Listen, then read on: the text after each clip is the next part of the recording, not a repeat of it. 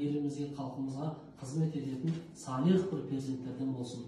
Құран жаттайтын, хадис ілімін білетін азаматтардан болсын.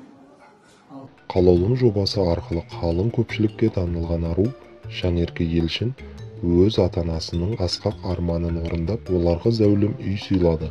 Желі жұлдызы сіңлілерімен бірігіп, ата-анасын Павлодар қаласынан Алматыға көшірген. Жанерке Елшин отбасы үшін аса маңызды сәтпен Instagram парақшасында өз оқырмандарымен бөліскен. Қалаулым бағдарламасында жолдасын жолықтырған ару ата-анасына үйдің кілтін табыстап жатқан видеосын ел назарына ұсынды. Аллаға сансыз шүкір, зәулім сарайдай үйлі болдық. Бұл күнге де жеттік-ау. Ата-анамыз осы уақытқа дейін бізді бағып қағамыз деп тартқан бейнетінің зейнетін көрсе екен деп әрі түн сайын Алладан тілеуші едім. Тілегіміз қабыл болды. Ананың ақ сүтін Меккеге 3 арқалап апарсаң да ақтай алмайсың дейді. Перзенті ата-анасына қанша жақсылық жасаса да парызын еш өтей алмаймыз.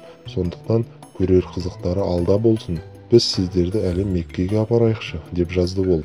Сонымен қатар Жанерке Елшиннің туған сіңлісі Ақмаралда бұл қуанышты жаңалығымен көпке жария еткен. Алла тағалама мыңда шүкір етеміз. Ата-анамыздың бір арманын орындадық. Павлодардан Алматыға қоныс аударып, ата-анамызға зәулім үй сыйладық. Үйімізде тек құт береке бірлік болсын, той болсын.